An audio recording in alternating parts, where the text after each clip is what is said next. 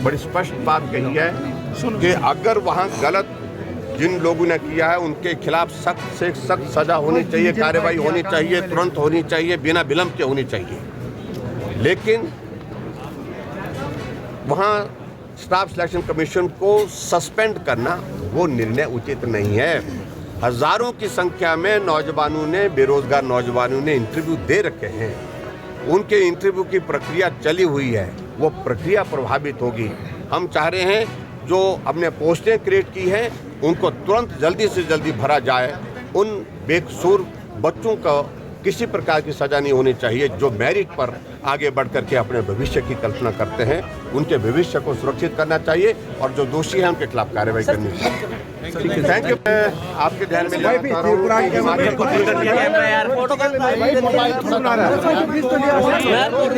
ऐसे सर 2 बार बोल देंगे जो पीछे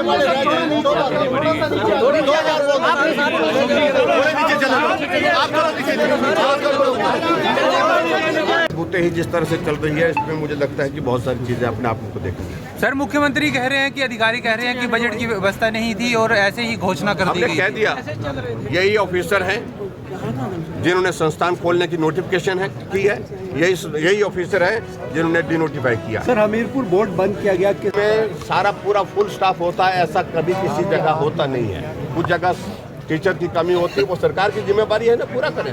सर ये भी कहा जा रहा है कि बजट की व्यवस्था नहीं की गई थी। बजट की व्यवस्था बिना बजट के खोलेंगे। आज एक बात मैं कह रहा हूँ, बजट का प्रोविजन जब कैबिनेट में जो कोई अप्रूवल होती है, कैबिनेट जो है वो फाइनेंस से भी ऊपर होती है, फाइनेंस डिपार्टमेंट से ऊपर होती है। कैबिनेट ने निर्णय लिया, पोस्टों की क्रिएशन कर दी और पोस्टों क्रिएशन करने के बाद उनकी भरने की प्रक्रिया शुरू कर दी और उसके बाद बजट प्रोविजन जो है उसके साथ ही होता है।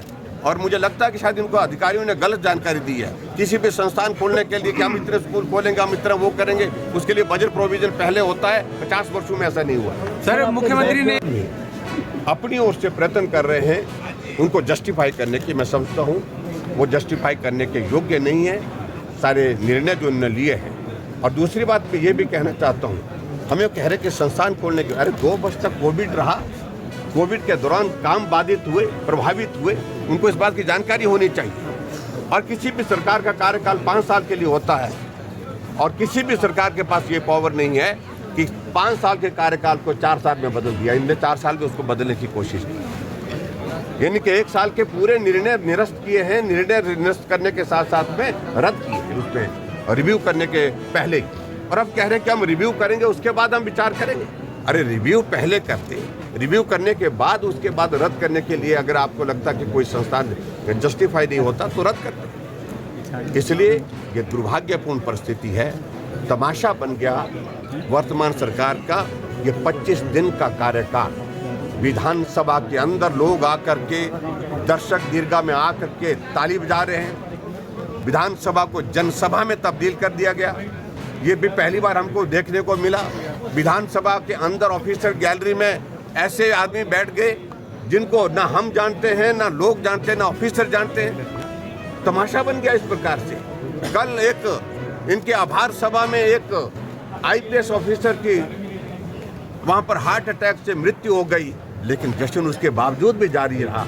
ये संवेदनहीन सरकार है। इसलिए मैं यही कहना चाहता हूं कि ये तौर तरीका जिस प्रकार से वर्तमान सरकार का है ये हास्यास्पद भी बना है और बर्दाश्त के योग्य भी नहीं है। मैं इतना ही कहना चाह रहा हूं, मैंने मुख्यमंत्री जी से बार बार निवेदन किया, बार बार निवेदन इस बात के लिए किया, आप एक काम कर लीजिए, आप रिव्यू कर लीजिए और उसके बाद जो संस्थान ऐसे लगते हैं कि जहां आपको लगता है ये जस्टिफाई नहीं है उन पर आप निर्णय करिए।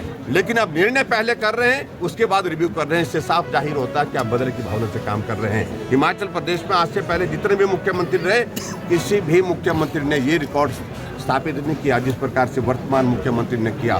संस्थानों को रद्द, पटवार सर्कल बंद, स्कूल बंद, कॉलेज बंद, हॉस्पिटल बंद, सब कुछ बंद। अभी तक कैबिनेट का निर्णय हो नहीं पाया और ऐसी परिस्थिति में मैं समझता हूं कि बहुत ही दुर्भाग्यपूर्ण परिस्थिति हमारे सामने। सर ये कह रहे लगभग 24-25 दिन बाद यहाँ पर बुलाया गया है, जो कि आमतौर पर चुनाव के बाद जब सरकार का गठन होता है 1 सप्ताह या 10 दिन के अंदर अंदर विधानसभा का सत्र बुला लिया जाता है जहाँ पर विधायकों की वोट होती है।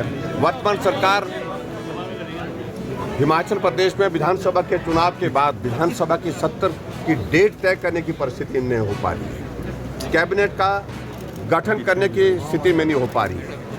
इन सारी बातों को लेकर के मैं ज़्यादा नहीं कहना चाह रहा हूँ, मैं सिर्फ इतना कहना चाह रहा हूँ, आज विधानसभा के अंदर जब हमने सरकार से इस बात को पूछने का प्रयत्न किया कि ऐसी जल्दी क्या थी जो हिमाचल प्रदेश में आपने सैकड़ों इंस्टीट्यूट जो खुले थे, जो फंक्शनल थे, उनको तुरंत प्रभाव से बंद करने के आदेश कर दिए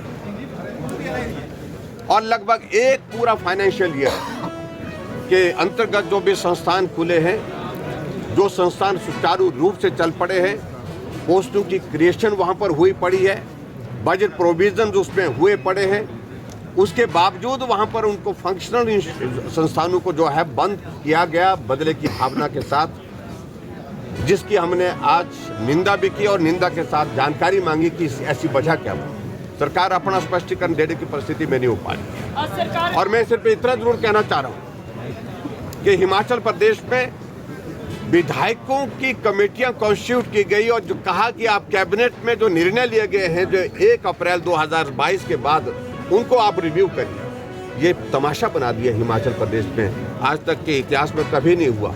कैबिनेट के निर्णय को रिव्यू करने की ताकत जो है कैबिनेट में ही है, उनको बदलने की ताकत भी कैबिनेट में ही है। लेकिन विधायकों की अभी शब्द उनकी आज हुई, लेकिन उन्होंने रिकमेंडेशन देनी शुरू कर दी और संस्थानों को बंद करने के लिए बातें कहनी शुरू कर दी और उनके कहने पर संस्थान बंद कर दिए गए। सैकड़ों संस्थान जो चले हुए बंद हो गए। और आपने इस बात को भी देखा होगा, हिमाचल के इतिहास में ये पहली बार 10 दिन के अंदर लोग सड़कों पर आ गए सरकार के खिलाफ।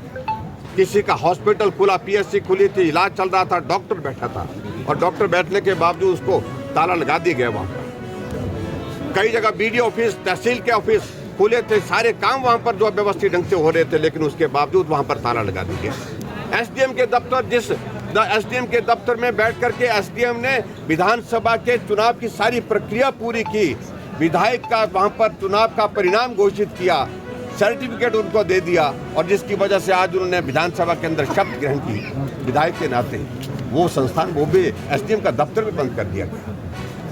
ये बदले की भावना से इस प्रकार से काम करने की प्रक्रिया जो शुरू की है, इसको मेहरबानी करके रुकने के लिए हमने आग्रह किया।